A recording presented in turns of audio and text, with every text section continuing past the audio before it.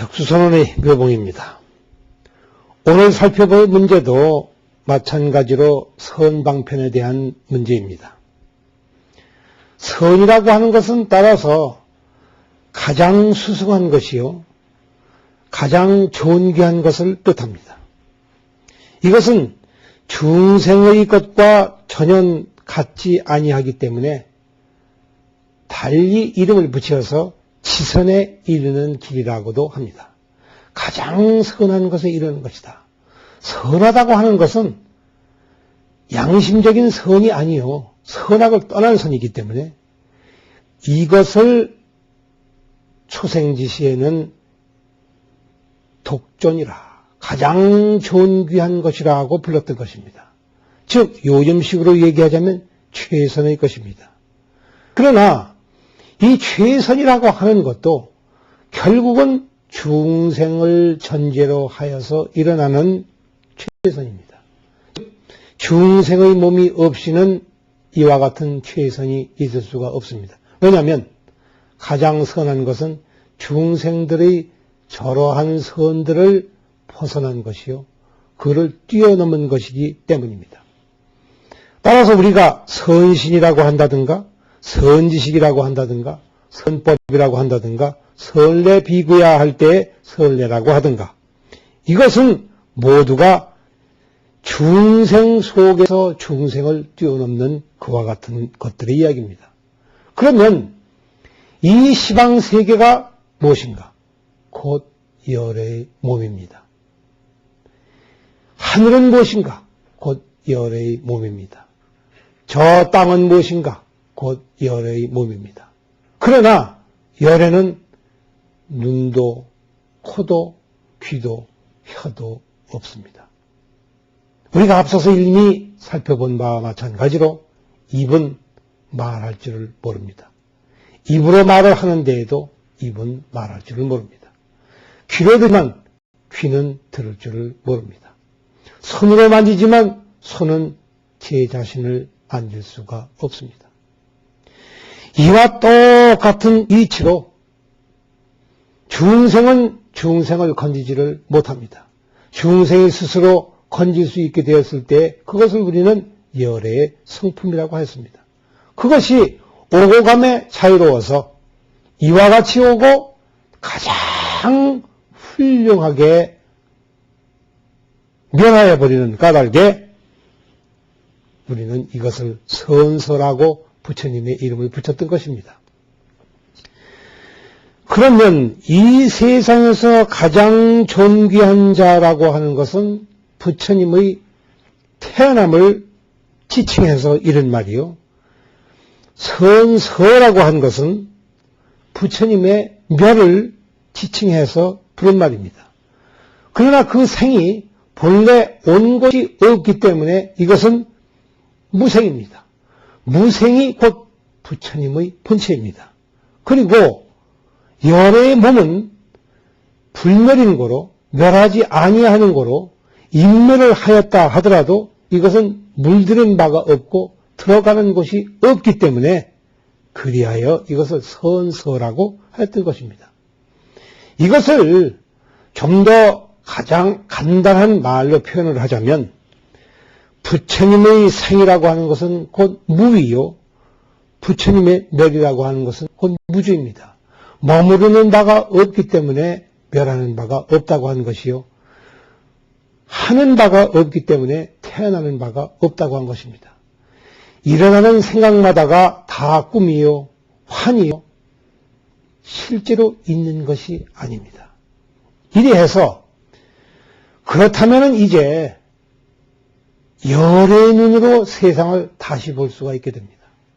지금까지 우리가 한 말들은 도대체 무엇을 말하는 것이며, 이 세상에 드러나 있는 이 모든 존재, 법은 다 무엇인가? 세간이라고 하는 것은 무엇인가? 열반이라고 하는 것은 무엇인가? 진리라고 하는 것은 무엇인가? 거짓이라고 하는 것은 무엇인가? 도라고 하는 것은 무엇인가? 이런 것들이 이제 모조리 다 없어지고, 다 없어졌다고 하는 말은 뒤집어서 얘기하면 다시 물어보아야 한다는 말이 됩니다. 이 세상에 있는 것들은 그렇다면 도대체가 무엇인가? 이 천수경에서 우리는 가장 놀라운 대답을 하나 발견을 하게 됩니다. 여기에 분명히 서원을 세우기를 원하조득 선방편이라고 했습니다. 가장 뛰어난 방편을 내가 어서 빨리 얻게 하여지야라고 소원을 합니다. 그것을 어디서 얻을 것인가? 온 것도 없다, 간 것도 없다고 할 것 같으면 얻을 것도 없을 터인데 어떻게 얻겠다고 할 것인가? 이것은 이미 모든 대답을 다 이루시고 하는 말씀입니다. 무엇이냐면 이때 말씀하시는 저 선방편은 이미 선에서 착하다는 말에서 살펴보았듯이 저 방편이라고 하는 그 말 그 자체가 바로 천수경이라고 이름 붙여진 천개의 손이요, 천개의 눈이며 다름 아닌 무의 대비심이라, 걸림없는 대비심이라, 즉 결론을 여기에서 이끌어낼 것 같으면 이와 같이 됩니다. 시방세계의 일체 모든 법이 하나도 부처님 몸 아닌 것이 없다면 바로 이 시방세계의 모든 것이, 모든 존재가, 모든 생멸 형상이, 모든 명호와 상호가 다 다름 아닌 부처님의 방편 그 자체라는 것입니다. 즉 일체법이 곧 부처님의 몸이요 그 방편입니다. 여기에서 우리는 굉장히 귀중하고도 아주 놀라운 부처님의 법문을 만나게 되는 것입니다. 이와 같이 방편을 얻게 되면 그 방편이라고 하는 것은 결국 다름 아닌 부처님의 몸 그 자신을 만나는 것인데 왜 우리가 부처님 몸을 만나야 되는가? 왜 우리가 관세음보살을 빌어서 그 몸을 빌어서 그 명호를 빌어서 이와 같이 부처님 법문을 만나야 되는 것인가? 이것은 지난번에 살펴본 법문 가운데서 분명히 드러나 있습니다. 즉 열의 모든 몸이라고 하는 것은 그 자체로서는 없는 것이나 중생을 위하여 스스로 그와 같이 나타난 것이라. 없는 것이 그와 같이 나타났기 때문에 열이라고 한 것이요. 갈 곳이 없으나 가는 모습을 일부 보여주기 때문에 그리하여 가는 곳이 따로 있는 것이 아니기 때문에 이 방편이라고 하는 것은 다름 아닌 건네기 위한 방편이요, 건너기 위한 방편이요, 건네어 주기 위한 방편이었던 것이다. 즉 건냄이 곧 방편이요, 건네주는 것이 곧 방편의 전부이다. 이것이 열의 몸이다. 그렇기 때문에 이것은 열의 자신의 몸으로부터 떨어져 나왔다고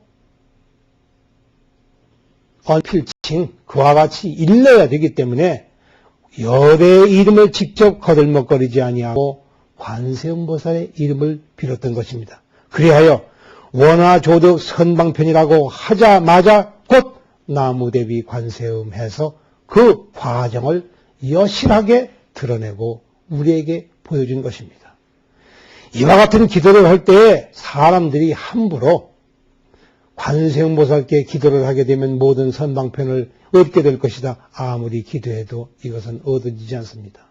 얻을 법이 있다고 할 것 같으면 그것은 불법이 아니기 때문입니다.